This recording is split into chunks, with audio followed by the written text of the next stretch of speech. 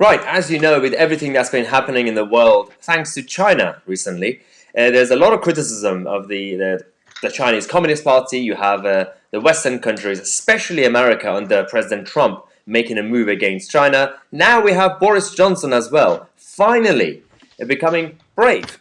And he's now leading a Western alliance against China, which is going to be quite fascinating. And in this video, we're also going to be talking about how Huawei and the Chinese governments are kicking off and now attacking the West. So they're sending massive warnings. So as of today, on our Sunday shows, we're going to have a co-host. We're going to have Andre Walker, who, as most of you know, is also from Talk Radio. So hello, Andre. How are you?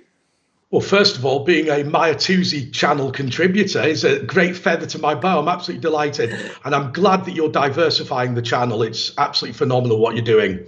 No, thanks. Yeah, I think the last time you were on the show, you became quite popular. A lot of people were supporting what you were saying. So, yeah, so there's a lot to talk about in today's video, obviously. We have Boris Johnson, as we can kind of see, he's now plotting against China. It's a Western alliance. He wants the Five Eyes, Australia, Canada, the US, the UK, and New Zealand to work together when it comes to the Chinese dominance, and especially technology. We had an issue because last week when supposedly the five countries were supposed to come together, we had four of them. New Zealand didn't get involved. What's going on with New Zealand?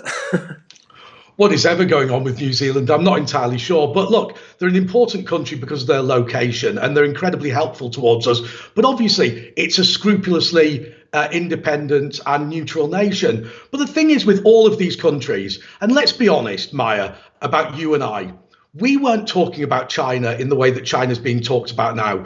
I remember when Donald Trump used to go on stage and do all those big rallies in the presidential election. Sure, he used to talk about Hillary and crooked Hillary and lying Ted and whatever. But the number one thing he always talked about was the trade war with China and how the West was losing it. Now, at the time, I didn't take a great deal of notice of that. But actually, I think that was a mistake on our part. And I think the fact that Donald Trump, in a country that's not normally interested in foreign policy, made China central to the campaign, it shouldn't have been something that we ignored. Yeah, it is interesting because yeah, he was talking about. I remember a lot of people in the media were making fun of him a few years ago, saying, "Why are you so obsessed with China? Stop saying China." Well, now we know why, because it's not just the health crisis that we're going through with China; it's what's happening in Hong Kong and also the dominance that they want to have technology-wise. Do you think this was always a strategy for the Chinese government to kind of over the last couple of decades to essentially embrace capitalism for a communist country economically, well, crony capitalism, not really proper capitalism, to take over the world in this way? Well, I don't know what China's strategy is, and I do accept one thing. The Chinese are very different to the West. So I don't imagine that they're interested in old-style colonialism. We always talk about the move into Africa and the power that they have over there. I don't think they're necessarily interested in puppet governments, and certainly the physical empire like we had in Britain, I don't think they're particularly interested in. But I think there is a huge element of economic imperialism. And let me just give you a fact. Now, first of all, this is a fact that I can't definitively prove, but nobody on all the TV and all the radio that I've ever been on has debunked it. I say that our biggest export as the West would be to China technology and intellectual property, except they simply steal it. When I worked at the House of Commons, we used to be involved in something called the PRS. They're the people that pay royalties to music artists. Well, do you know something? Do you know Portugal pays more in royalties to UK music industry than China and India put together? So there is a big problem with contract enforcement. And one of the reasons why I'm so keen on the Anglosphere dominating global politics is not because I'm particularly interested in foreign wars or imperialism. It's that we are enforcing those capitalist structures that give people the freedom to trade. Because, you know, in China, what will happen is if you invent a product, if you go down to the patent office, if you register a trademark, they'll simply ignore it. And what that does is damages the entire global economy. But what it also does is makes people in China very rich. You see things like WeChat, which is an obvious rip-off of WhatsApp. You know, Alibaba is the obvious rip-off of eBay. And time again, it's not just the names, it's the intellectual property and engineering that sits behind it. And I think Trump was right when he said, it's not that I'm going to start a trade war with China, it's that one already exists and we're losing. Yeah, and I think because people know that I'm a free trader, I'm a free marketeer, but there's a difference between free trade and free market and unfair advantage. And in the words of the European Union, there's no level playing field with China. So they don't really trade fairly. So that's what Trump was saying years ago. But are you surprised with the whole Boris Johnson actually standing up? Because a lot of people always saw Boris as kind of slightly soft on these sort of issues. Is he kind of getting strong and stable? Well, he always made a commitment that he would roll out 5G. Now, obviously, the 5G equipment is largely from Huawei. You've got to remember one element to this. A lot of the European manufacturers, including Britain, and American manufacturers of this equipment are behind the curve because obviously China has stolen our technology, but they've also invested heavily in future technology, which, by the way, Maya, we're not able to do because they've stolen our technology, so we don't make as much money. But fairly obviously, the rollout of 5G across the country is going to happen more slowly without China. But now, because of the economic imperialism, because we're not sure the extent to which they're spying on us, and because of the fact that the Americans got the heebie-jeebies about it, I think we have to be much more careful. The other thing, and I'm not a technical expert, but somebody said to me that 5G is so connected and so intermeshed that there is no such thing as an outer ring and an inner ring. It's all absolutely the same, and we've got to be careful about that. I now say China has proved itself to be a bad faith operator. And I think that we've got to take not a draconian stance, but the most careful stance we can. But here's my question to you. When did you come to this China game? Are you the same as the rest of us, not really understanding this and thinking Trump was a crank? Oh, I didn't. I definitely didn't think he was talking nonsense. I wasn't part of that group. I was. There was a point when a few years ago when Boris went to China as mayor, and China seemed to be embracing kind of trading with the West. And I wasn't like the lover of it. I wasn't saying, "Oh, there we go, China are now good people."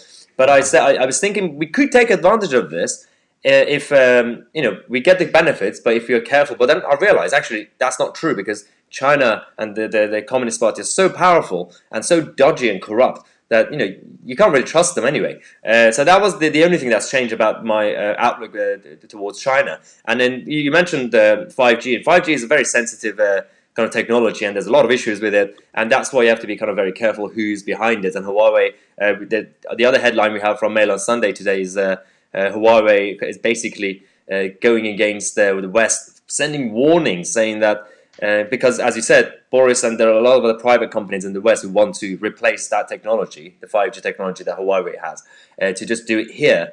And the fact that Huawei are now sending warnings, a business shouldn't send warnings. That means they definitely have a different agenda, and they're kind of worried that they're not going to have access to the West, right? Well, let me say something about Huawei that's extremely important. What the Chinese government say in defense of Huawei is that it is not a nationalized company, it's owned by the people. And that is true, but let me explain to you what they mean when they say that.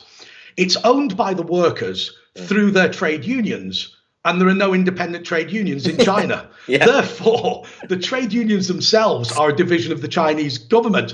I think one of the things that is important, I'm a little bit older than you, sadly, and I remember when Hong Kong was handed back, I think it was 1997, and there was a lot of talk about how China was going to change Hong Kong. In truth, in the intervening period, Hong Kong has changed China far more than China has changed Hong Kong. The economy in China is so different. And I think that what we did as idiots in the West is we just assumed that economic reform would lead to political reform. And what I feel has happened is what the economic dominance of China now has entrenched the Chinese Communist Party. And I think that is a significant concern. Yeah, it is. I mean, the one worry was that people thought Hong Kong was going to instantly turn into another communist part of China. Luckily, that didn't happen initially, but I think China used that as a kind of best practice to copy and paste some of the good things. Because to be fair, Hong Kong is great, but it's also not a full-on capitalist system where the land is actually still owned by the state. I don't understand why in the West we don't go with best practice. You've been seeing what's happening right now in the streets of America and the UK with this whole left-wing Marxists in the name of fairness and equality or justice. If they really care about these sort of things, why are they not saying anything about what's happening in Hong Kong, for example? Well, I've made this point before, and the people that are protesting out in the streets of London, always remember something. The first thing they always go for is the cenotaph and the statue of Winston Churchill. Now, if you are an anti-racist, let's be clear, Winston Churchill is one of the iconic figures who fought racism throughout his career. He was complaining about what was going on continental Europe in Germany long before the British were interested, whilst we were all still appeasing. And so I think there's an element of being anti-British and anti-American. Of course, there's a great irony of this when people are being anti-American. Black Lives Matter is one of the biggest cultural exports of America in recent decades. Pushed on by the Hollywood elite. Yeah. And after Halloween. Halloween was well. Absolutely. And so there is an American element to it. But I think what people forget is this. For most of human history, the way that you have owned property is to clunk somebody over the head and simply steal it. The reason that the Anglosphere has been so successful is that we have tried to create trade that benefits everybody. Remember, under the British Empire, which I don't condone, it's out of date, it's not something we'd bring back now, 300 million Indians, 10,000 British soldiers. Most Indians never met a British soldier. But the reason we were able to maintain control was that we were trading with these countries and making them richer. And the fact that they didn't rebel for the most part was because they benefited from that. Now, the reason why we had the British Empire in reality was to finance the security on trade routes. Now, that's because there was a level of piracy and there's a level of theft. I think we're seeing the modern equivalent of that piracy in the theft of intellectual property, in the theft of trademark, in the violation of patents. That is the problem we've got today. And what we have learned, and this is what the Chinese have not learned, is that rule of law, property rights, capitalism, the knowledge that if I sell you something, you're obliged to give me the money. That is the cornerstone of how the economy grows. That's how Britain, when we broke away from Europe in our first Brexit, when we had the Reformation, how we managed to become so rich, because suddenly we couldn't just trade with Europe. We had to trade with the world, and we couldn't beat them up like the Spanish in South America. What we had to do was trade with the North Americans. Now that's yeah. On that light note, there's a lot to mention. So obviously, as I said to you guys, every Sunday we're going to have a special episode with Andre as a co-host. So leave a comment in the comment section, your feedback, any suggestions that you want us to do, obviously together on this show. Otherwise, we're just going to obviously cover what's been happening with the last few days. Also, the news. Also, Mike, can I just interrupt?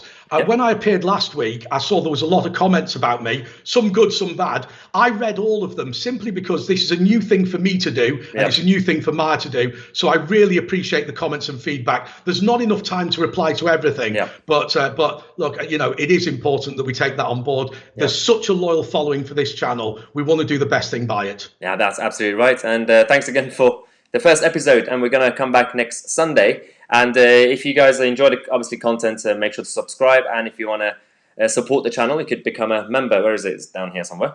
Check out the link in the description. And Maya Tousi and Andre Walker, I'll see you guys tomorrow with a new video.